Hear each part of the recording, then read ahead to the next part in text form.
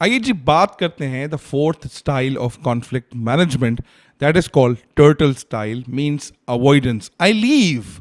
कभी कभी ऐसा होता है कि जब आपकी हीटेड कॉन्वर्सेशंस होती हैं उसमें हम कॉन्फ्लिक्ट के मतलब को समझ नहीं पाते because conflict sometime is a destructive sometime is a very constructive. Conflict सुनने की जो माइंडसेट है, जो पर्सपेक्टिव है, जो एनर्जी या फिर जो आपको एक पावर चाहिए सुनने की, वो शायद नहीं होती। तो हम कहते हैं यार मुझे इस कॉन्फ्लिक्ट में पढ़ना नहीं है, I leave, and that is called avoidance. And उसी मैथडोलॉजी को हम कहते हैं क्या? Turtle style of conflict. वो होता क्या है, आइए जी बात करते हैं। Maintaining relationship by not escalating a conflict can result in a late and difficult conflict resolution. Conflict remain unaddressed and unresolved. Overusing may result being walked over. इसका मतलब ये हुआ कि हम कॉन्फ्लिक्ट में ना पढ़ने के बाद या कॉन्फ्लिक्ट में नहीं पढ़ना चाहते, इसलिए हम कॉन्फ्लिक्ट को एड्रेस ही नहीं करते। जब कॉन्फ्लिक्ट को एड्रेस नहीं करते तो उस कॉन्फ्लिक्ट का जो सोल्यूशन होता है वो भी अनरिजॉल्व होता है। इट मीन्स हम अपने दिल की बात या फिर जो हमारी ऑर्गेनाइजेशन की बेहतरी के लिए हो सकती है उसको हम किसी के सामने लेकर ही नहीं आते। जब वो सामने नहीं लेकर आएंगे, टेबल पे रखेंगे नहीं, और उसी कॉन्फ्लिक्ट को हम क्या करते जाते हैं, जमा करते जाते हैं। जब जमा करके और कभी मैनेजमेंट का कोई बंदा या फिर मीटिंग में कोई बात निकलती है कि ABCD काम क्यों नहीं हुआ, तो हम कहते हैं कि भाई इस वजह से नहीं हुआ। तो वो हमें शायद मिलियंस का फायदा दे सकता था, लेकिन हम अपनी जबान पे जिप लगा देते हैं और अपने बॉसेस को, अपनी मैनेजमेंट को नहीं बताते। मैनेजमेंट नेवर से यू कि आप कॉन्फ्लिक्ट ना करो, लेकिन कॉन्फ्लिक्ट के अंदर रिलेशनशिप और रिस्पेक्ट के एलिमेंट को बरकरार रखते हुए आप अपना पूरा मौकफ दे सकते हैं।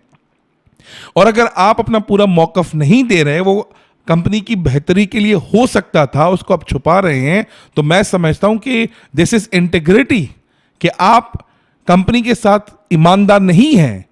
बिकॉज जब आपको ये पता है कि ABC स्टेप करने से कंपनी की कॉस्ट कम हो सकती है, ABC काम करने से कंपनी को ज्यादा प्रॉफिट हो सकता है, बट आप कॉन्फ्लिक्ट में ना पड़ने के जो वहम दिमाग में रखा है कि कॉन्फ्लिक्ट की वजह से लड़ाई झगड़ा हो जाएगा, तो आप कभी वो टेबल पे बात लाते ही नहीं है। I think this is one of the bad strategy. आइए जी बात करते हैं last conflict of the day which is called what? Teddy bear conflict, जिसको हम कह सकते हैं accommodation, I give in. Accommodating when outmatched to a maintain relationship and minimize injury, may be taken advantage of, not productive, breed resentment and exploit the weak. इसमें होता क्या है कि हम हमेशा रिलेशनशिप को बचाने की बात करते हैं, रिलेशनशिप शायद बच भी जाता है, और उसमें हमेशा हमेशा हमारे जो आइडियाज होते हैं वो मिसमैच्ड होते हैं, आउटमैच्ड होते हैं। इसमें रिलेशनशिप तो शायद बच जाता है, लेकिन जो हमारे गोल्स ऑफ द ऑर्गेनाइजेशन है वो सेव नहीं हो पाते। Ladies and gentleman, the organization not just maintaining the relationship whatever we want to, organization wants to achieve their targets and goals to become better and bigger. We have to balance these both. अगर हम दोनों को balance लेकर चलेंगे और collaborate होकर चलेंगे तो ही कंपनी का और आपका और आपकी पर्सनल डेवलपमेंट का और ऑर्गेनाइजेशन का फायदा होगा। Only relationship may be harmful for you. Only goals may be harmful for you. But the balance between goals and relationship with the organization, trust me, it will give you amazing benefit. God bless you. Have a great weekend and keep learning. Subscribe to my channel right now.